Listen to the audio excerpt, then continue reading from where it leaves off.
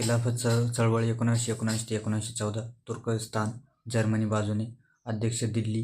Mahatma Gandhi Hindu plus मुस्लिम ऐक्य. 1921 कराची हजर मोहिमेला.